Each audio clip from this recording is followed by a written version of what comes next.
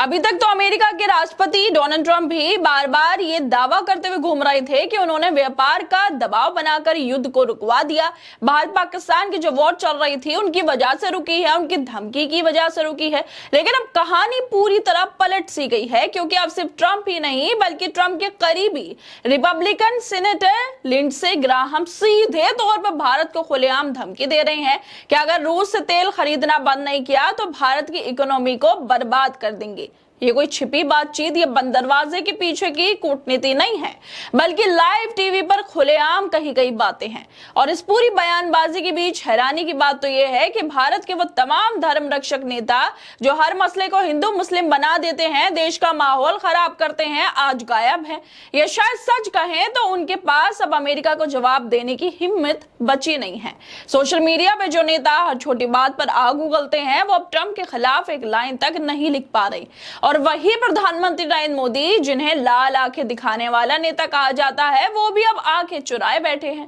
क्या अमेरिका की धमकी के सामने वो भी मौन व्रत पर चले गए हैं?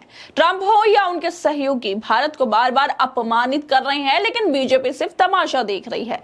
अब भारत की विदेश नीति सिर्फ दोस्ती निभाने की नहीं बल्कि धमकी सहने की नीति बन चुकी है। दरअसल अमेरिका की तरफ से एक बार फिर भारत के लिए धमकी आ गई है।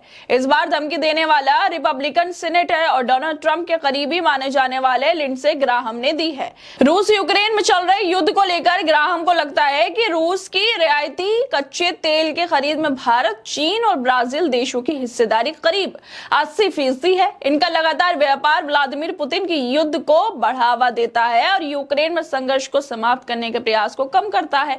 इसी के चलते फॉक्स न्यूज को दिए गए इंटरव्यू उन्होंने साफ साफ कह दिया कि अगर भारत, चीन और ब्राजील ने रूस से सस्ता तेल खरीदना जारी रखा तो ट्रंप प्रशासन उन पर 100% टैरिफ लगाएगा और उनकी अर्थव्यवस्थाओं को तबाह कर देगा। मैं चीन, भारत और ब्राजील से यही कहूंगा, अगर आप सस्ता रूसी तेल खरीदते रहे तो हम आपको पूरी तरह बर्बाद कर देंगे, आपके अर्थव्यवस्था को तहस नहस कर देंगे, क्योंकि आप जो कर रहे हैं वो खून का पैसा है। राष्ट्रपति ट्रंप इस खेल से थक चुके हैं। अब सवाल ये है, अमेरिका बार बार भारत को सार्वजनिक मंचों पर धमकी देता है, लेकिन भारत की तरफ से जवाब में सिर्फ शांति और चुप्पी क्यों मिलती है? नरेंद्र मोदी जो खुद को आजकल विश्वगुरु कहते हैं, अमेरिका की इस भाषा को सिर्फ सुन रहे हैं, बोल कुछ नहीं रहे। कभी ट्रंप धमकी देता है तो कभी उनके सेनेटर। इस बार तो लिंडसे ग्राहम ने एक तरह से आर्थिक युद्ध की घोषणा कर दी, लेकिन ना प्रधानमंत्री मोदी की तरफ से कोई तीखी प्रतिक्रिया, ना विदेश मंत्रालय से कोई सख्त बयान सामने आया। लिंडसे ग्राहम यूक्रेन और रूस के युद्ध पर ज्ञान दे रहे हैं। अमेरिका को यह नैतिकता का ख्याल तब क्यों नहीं आता जब वो खुद इजराइल के सैन्य मदद करता है, जब गाजा को तबाह कर दिया गया, नरसंहार किया जा रहा है और अमेरिका इजराइल की मदद कर रहा है। क्या ज्ञान देना ही आता है, उस पर अमल करना नहीं आता अमेरिका को? क्या अमेरिका के लिए युद्ध बस वही होता है जिसमें उसके हित सीधे नहीं जुड़ते? लिंडसे ग्राहम ने कहा है कि पुतिन को फंडिंग देना बंद करो, नहीं तो तबाही तय है। भारत को यह धमकी खुलेआम दी गई। अब सवाल यह है, क्या नरेंद्र मोदी अब भी ट्रंप को कोई जवाब नहीं दे पाएंगे? नरेंद्र मोदी सरकार जो हर मंच पर मजबूत नेतृत्व की बात करती है, वो जवाब क्यों नहीं देती? कहां है वो 56 इंच वाला जवाब जो हर बार चुनावी भाषणों में गूंजता है, लेकिन विदेशी नीति पर कहीं गुम हो जाता है? और जिस तरह से अब यह अमेरिका की तरफ से एक और धमकी आ गई है, उसको लेकर रिटायर्ड विंग कमांडर अनुमा आचार्य ट्वीट कर रही हैं। वो लिखते हैं कि तथा कथित लाल आंखें, 56 इंची, शेरपन आदि आदि से खुद को नवाजने वाले नॉन बायोलॉजिकल महामानव इन अमेरिकी सेनेटर के वक्तव्य पर क्या विचार है इनके? अमेरिका का व्यवहार सिर्फ दादागिरी नहीं बल्कि उस दोस्ती का अपमान है जिसे नरेंद्र मोदी अपना डियर फ्रेंड कहते हैं। क्या भारत उस दोस्ती की कीमत अपनी चुप्पी से चुका रहा है?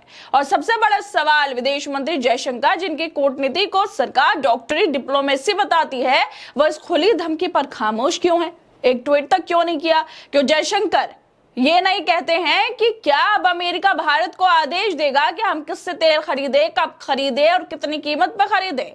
या फिर क्या भारत चुपचाप यह आदेश भी मान लेगा? वैसे अमेरिका दूसरों को नैतिकता का ज्ञान तो खूब देता है, लेकिन खुद क्या कर रहा है वो देख नहीं पाता कि खुद किस तरह से इजराइल को हथियार, पैसा और राजनीतिक समर्थन दे रहा है, उस वक्त जब गाजा में हजारों बच्चों की जान जा रही है, हजारों लोग मारे जा रहे हैं, अमेरिका अगर सचमुच वैश्विक शांति चाहता है तो सबसे पहले उसे अपने दोहरे मापदंड छोड़ने होंगे।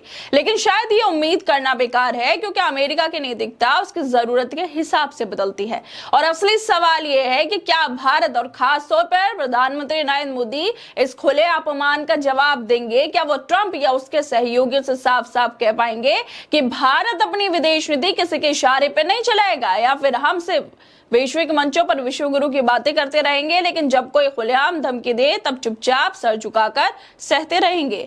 आज वक्त है बताने का कि भारत किसी का पिछलग्गू देश नहीं है, एक स्वतंत्र आत्मनिर्भर राष्ट्र है। लेकिन अफसोस कि नरेंद्र मोदी ट्रंप को कड़े शब्दों में जवाब शायद ना ही दे पाए, क्योंकि जिस तरह से बार बार देखने को मिल रहा है, ट्रंप ऐसे बयान दे रहे हैं जो बेहद अफसोसनाक है। लेकिन उसके बावजूद भी हमारी भारत सरकार, जयशंकर या फिर जितने भी आला कमान के लोग हैं बीजेपी में, कोई भी ट्रंप को सीधे तौर पर जवाब नहीं दे पा रहा कि ट्रंप जो बोल रहे हैं वो गलत बोल रहे हैं, और वो ऐसे कैसे बोल सकते हैं भारत के बारे में। हर दोस्तों, आप लोगों को क्या लगता है इस वीडियो को लेकर? हमें अपनी राय जरूर दें। बाकी तमाम खबरों को देखने के लिए जुड़े रहिए हमारे साथ।